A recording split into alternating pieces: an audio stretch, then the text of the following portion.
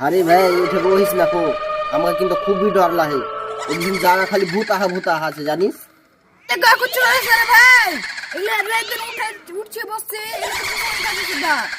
একদিন উঠছিস বসছিস কোনো কথা নাই, তাও আমাকে কিন্তু খুবই ডর লাগে। চল ভাই চল, বাড়ি যা শুতবো।